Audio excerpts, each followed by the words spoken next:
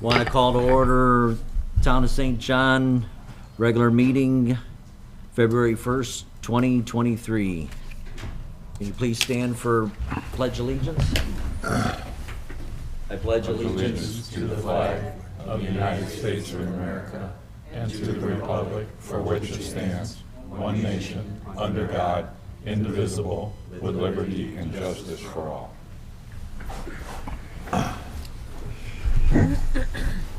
Sergio, roll call, please. Bob Burleson, Here. Yolanda Cardona, Here. John Gill, Here. Joe Gomestego, Here. Bob Valois, Here. Jenna Lordson, Here. John Kennedy is not here, Attorney Adam Decker, Here. Engineer John Dykstra, Here. Councilman Liaison Brian Blazak, Present. and Town Manager Joe Wizawati is not here. Okay, we have a quorum. Next item on the list is minutes. Everyone get a chance to review the minutes? Okay. If I could entertain a motion? Should we do it all at once or individual? The meeting minutes. I recommend that you do them Individually? do a separate vote for each Okay. meeting.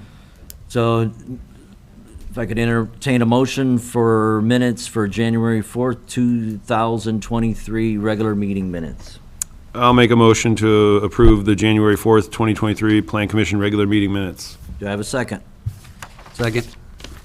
All in favor, say aye. Aye. Next one is entertain a motion for January 18th, 2023 study session minutes. Do I have a motion? I'll make the motion to approve the January 18, 2023 Planning Commission study session minutes. Do I have a second? Second. All in favor, say aye. Aye. Passes. Okay, public hearing, we don't have any public hearings tonight. Item 6, old and new business. Parish Woods, proposed final plat of Parish Woods, 27 single-family residential lots at 11115 Parish Avenue. Good evening. Ryan Fleming, I'm representing Parish Woods, 1110 LLC, Crown Point, Indiana, 219 North Main Street, Unit C is my address. I'm not sure if that's needed here. We had been before you in January in the January study session. Since then, Is that mic on? I don't think it's on. can you hear me? Yeah, it's on. Is it on? Okay. Okay. Since the study session, we attained our letter of credit for the amount that was brought to us and confirmed by Ken Cross. We also delivered the Mylars to planning office as well. And we would ask that tonight that we, with those in line, that we have an approval for our secondary plat for the subdivision.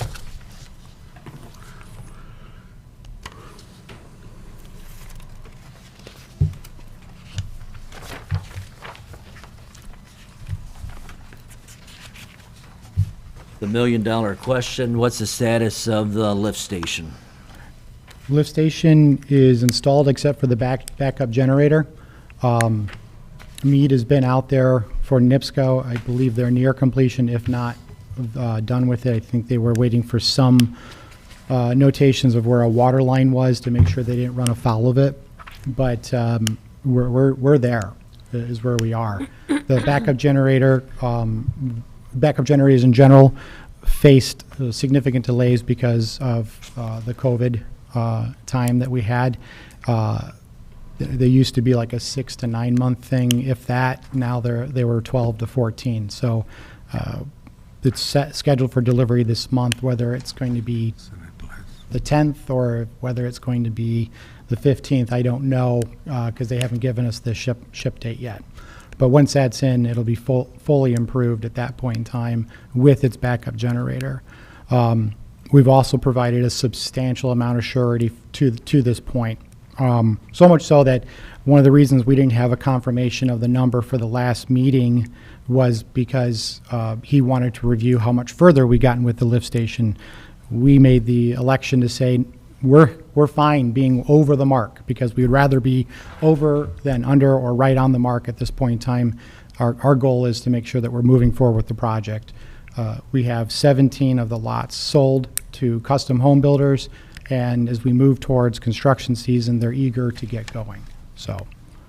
So if I understand you right, NIPSCO has power to the lift station, or they have not connected power? I can't speak to whether or not it's been energized at this point in time, but they are at Mead, who's their subcontractor, is there at site completing that work right now. It's just a matter of days before that is done.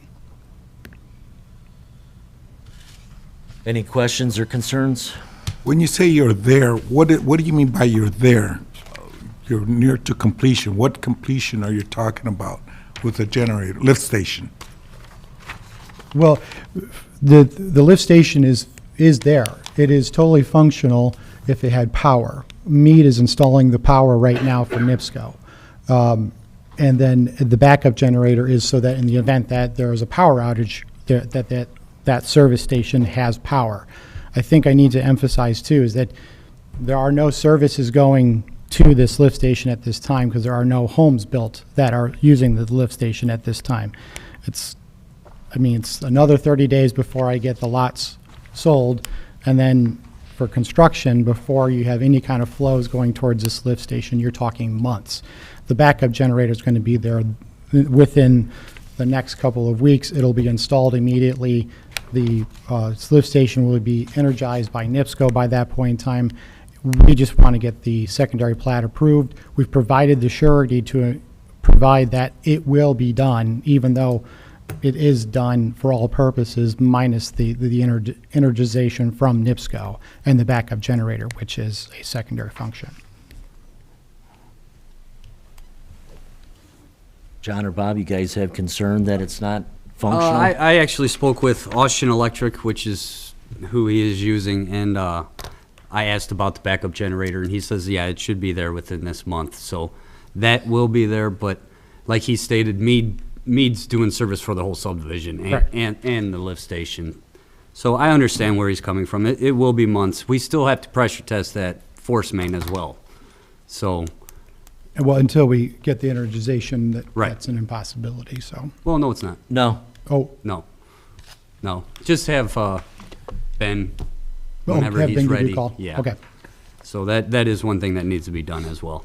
Yeah, that's a hydrostatic test, so Right. it's irrelevant if you have power or not. You Right. usually do it before you have power. Yeah. In case you have a leak somewhere, then you're not Issues. delayed. But I understand him saying he's three months out before anything will be going to that station. I understand that. And the backup generator, that lift station should be up and running by the time that they are putting in homes, I would say. Okay. I don't want you, St. John scrambling, or under. We don't want to be either. Yeah. We'll be the ones out there, so Yeah. yes.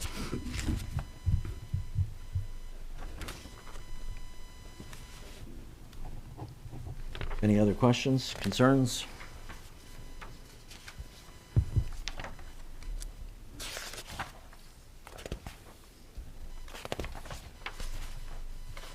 I don't have, Sergio, do I have a Ken Kraus letter, or? I don't see one in the packet. See if I can pull that one up.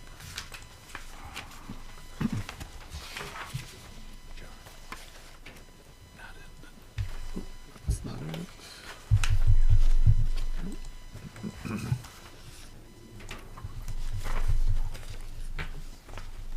there it was.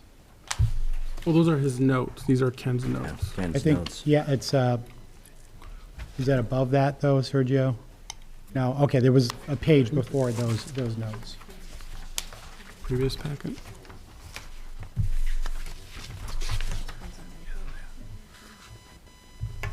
Oh, it's the wrong file.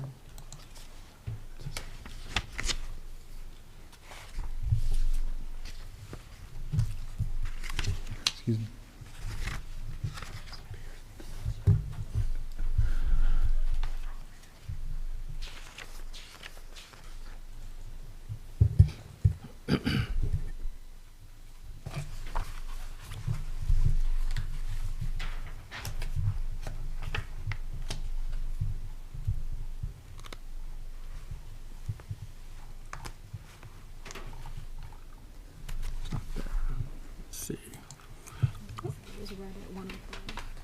Let me see this one.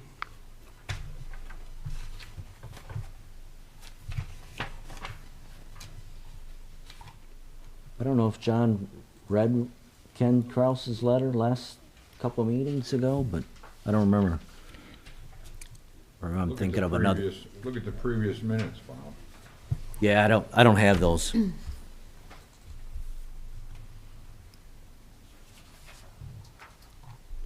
Sergio, it came in on an email on January 16th. Yeah, I don't have access to my email at this time. Oh, We'll I'm see if it's sorry. in the file. That's what I'm looking for, see if it's in the file.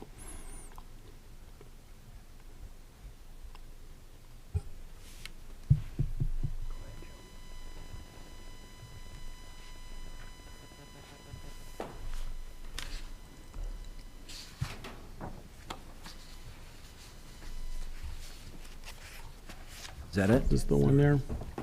For the updated letter of credit. This is the updated one? It's for the updated letter. Okay, then I don't think it's in the file. It was in there.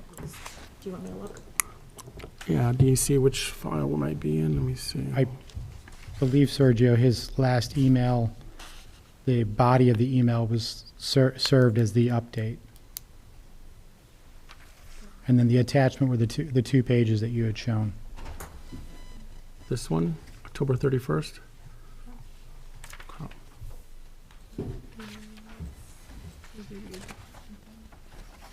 256. Updated letter of credit. On this one here. That's the actual letter, or the letter from Ken. Okay, so the letter that we have from Ken is dated October 31st and says that the plat is satisfactory with the updated letter of credit letter here, which is identified in his worksheets. So, of the outstanding there.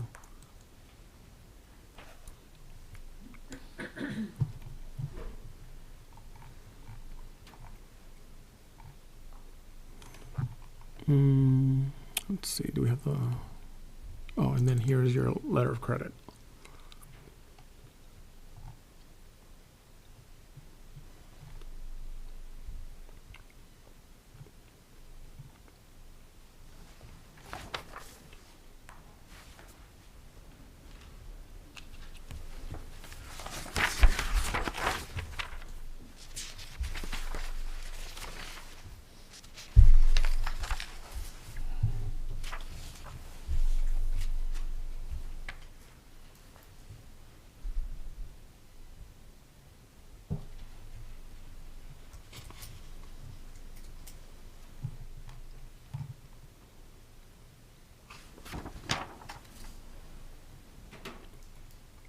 Is this the one I'm reading into the record? I think it was already read, wasn't it? Yeah, It was already read? yes. They have been Okay. presented previously.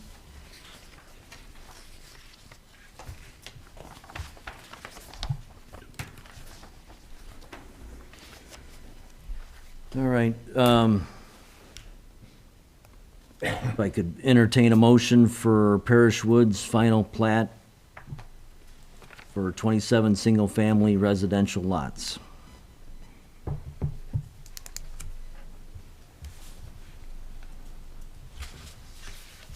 I'll make a motion to approve secondary plat. I have a motion for secondary plat for Parish Woods. Do I have a second? I'll second. All in favor, say aye. Aye. Aye. Motion passes.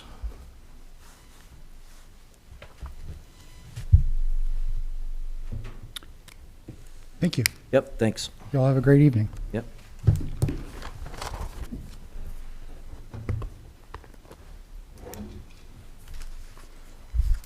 Next item on the list, corridor study, present proposed corridor study for the areas of 101st Avenue, Calumet Avenue, and 109th Avenue. So, this project was started, probably, or discussed, mid-year of last year, with regards to, updating or creating a corridor plan for the town of St. John and updating, segments of the thoroughfare plan.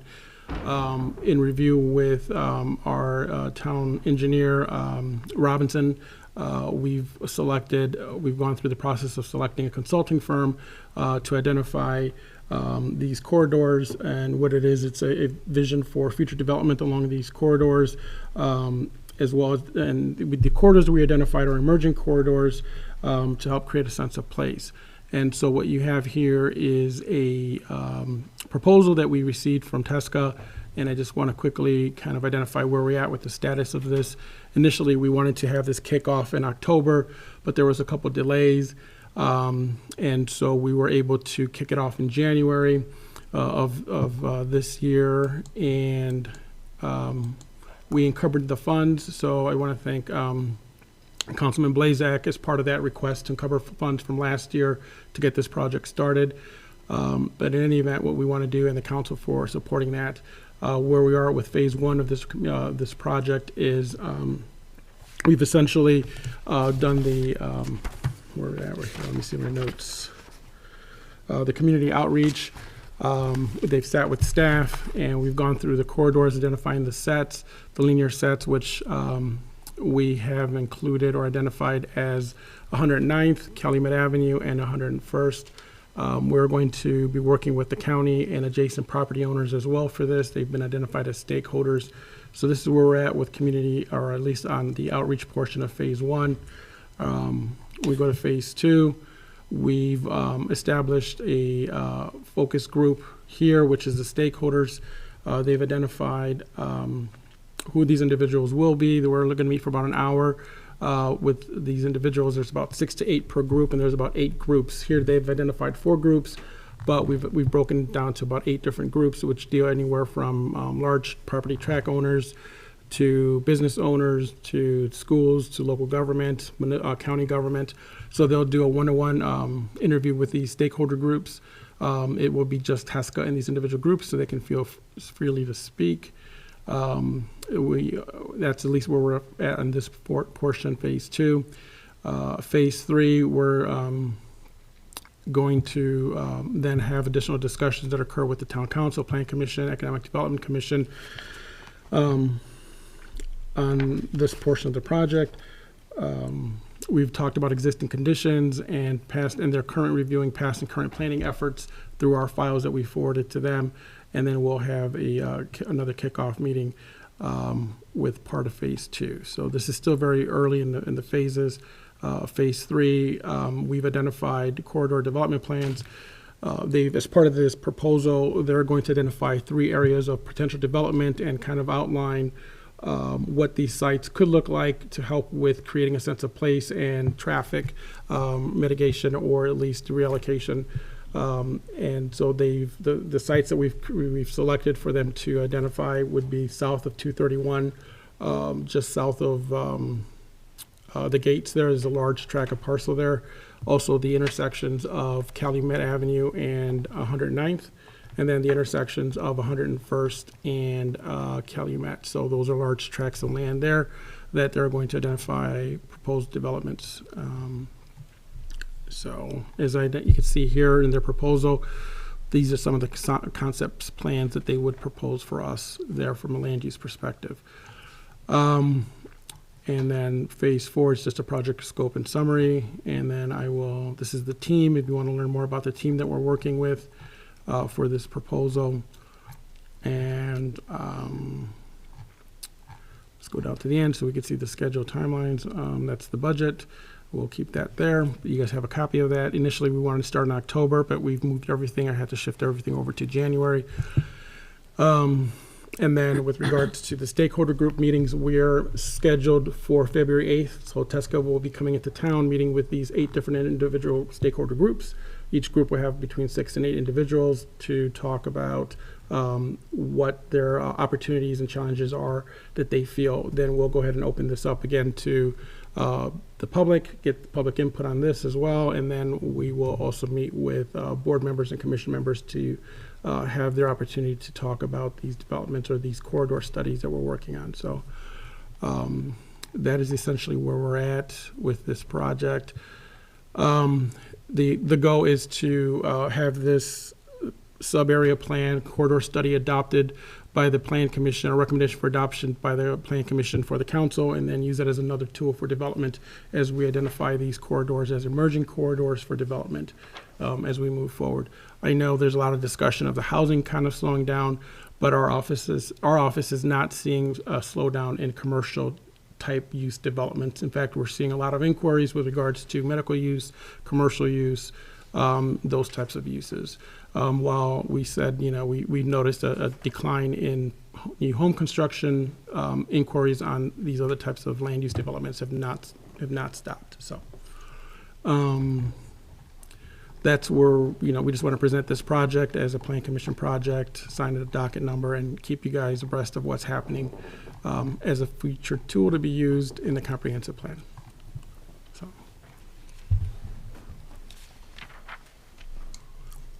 And I think you guys received all this electronically. Right.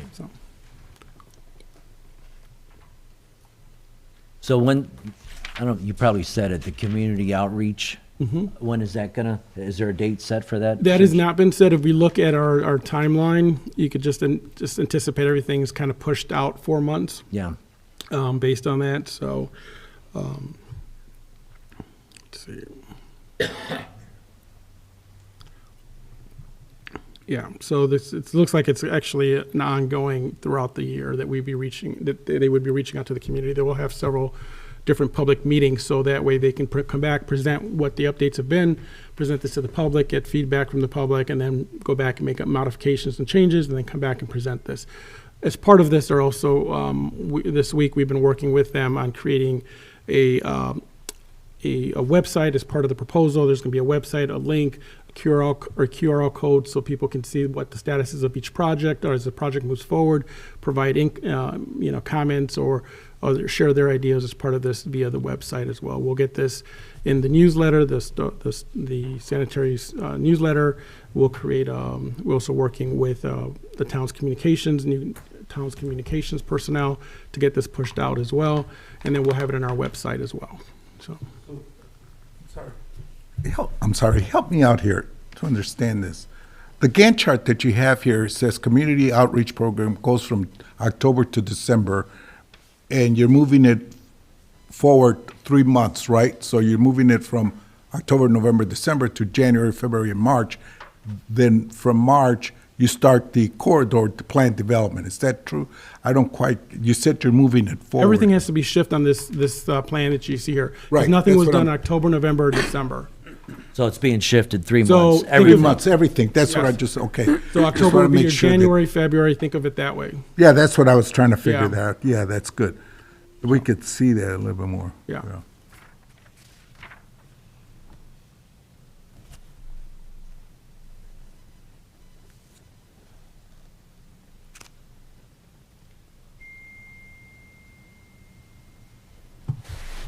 So this is just to help the vision along that corridor, may it be residential or commercial? Or Correct. Is there- Different types of land uses have different impacts on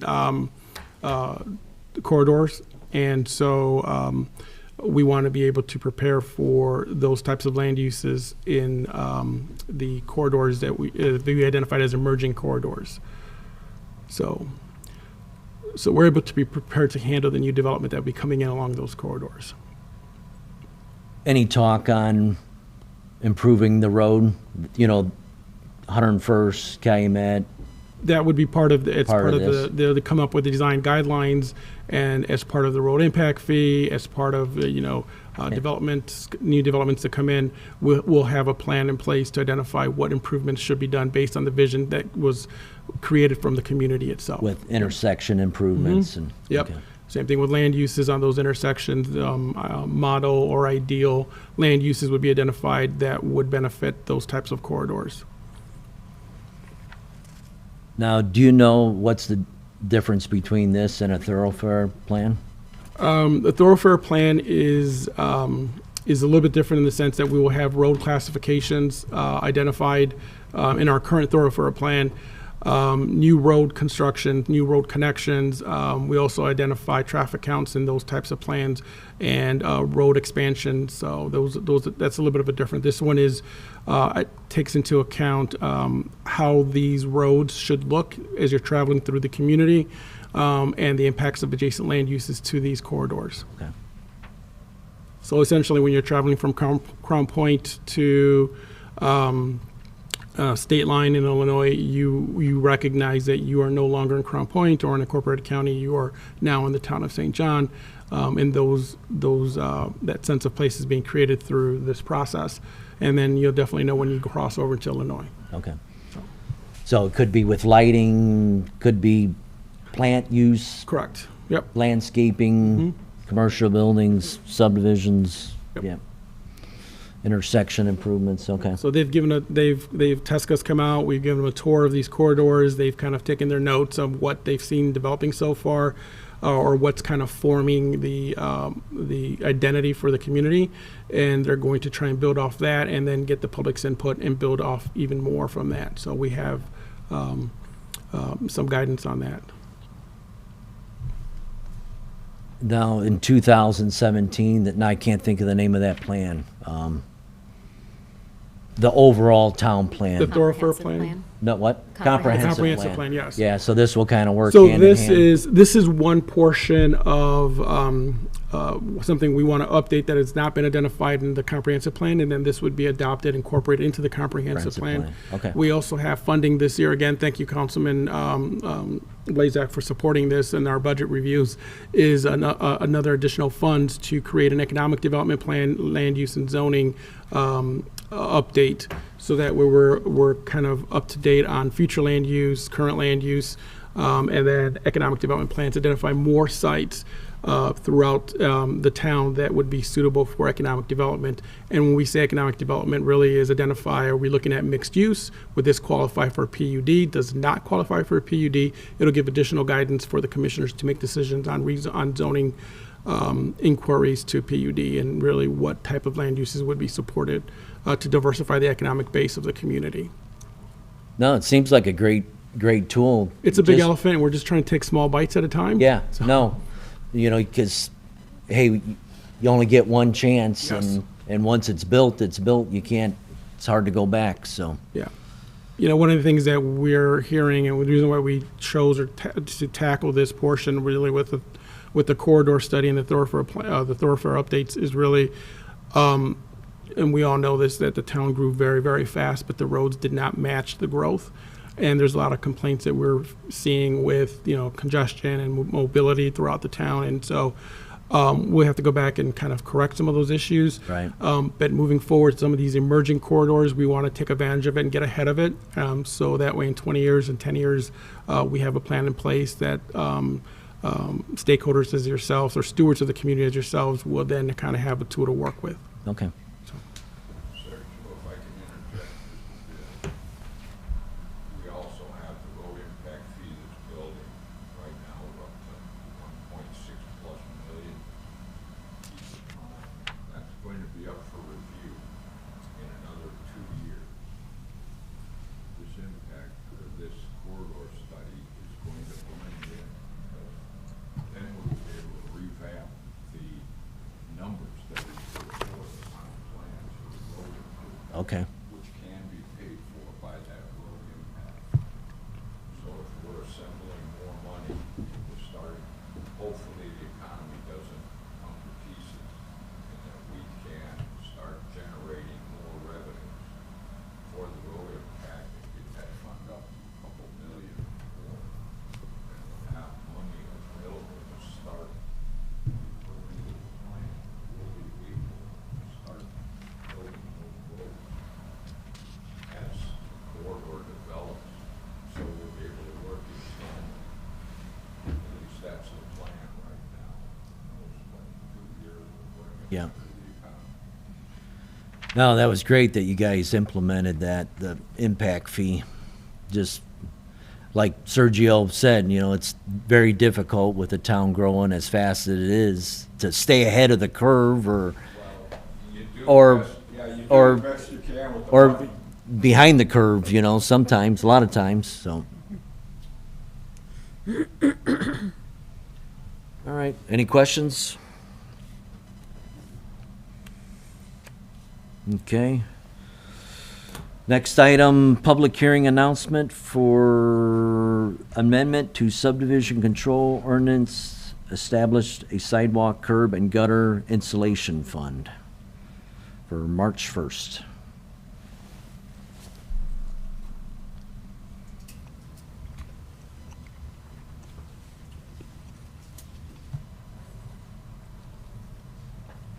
So I know, Adam, last time we met, you had some discussion, any updates, or Sergio, or? The only thing I would add is I made a couple of minor revisions to just some of the language, just more cleaning, housekeeping stuff. I did not make any substantive changes to the proposed ordinance. My recollection from the last study session was that I believe the members of the Plan Commission seemed to agree that perhaps the 90% of the cost in lieu of installation seemed to be appropriate, but I don't know if there was any final determination made as to that amount. Okay. The only other thing I think I would add is that, aside from this ordinance, I think we talked about, if this ordinance gets passed, we'll have to establish a policy, kind of an SOP, on how things are, or how the funds should be expended, whether it's just new construction of new sidewalks, is it construction of new sidewalks for connectivity, sidewalk corrections, or is it a program that's established for partial replacement, full replacement? I think that's probably the next step before, as if these funds start getting collected, there is a policy on how these should be expended.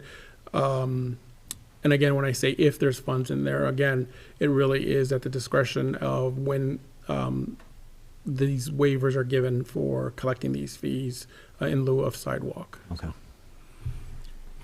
And we'll talk about that and discuss that at the next study session, right? Yeah, it'll be on the next study session for discussion if we have more discussion on that. But this Okay. is, just an announcement saying that we'll set it for public hearing on March 1st. Okay.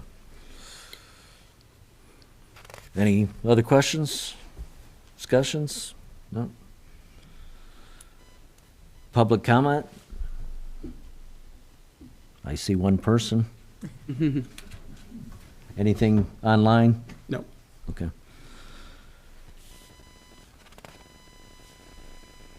With that, entertain a motion to adjourn. Motion to adjourn. So moved.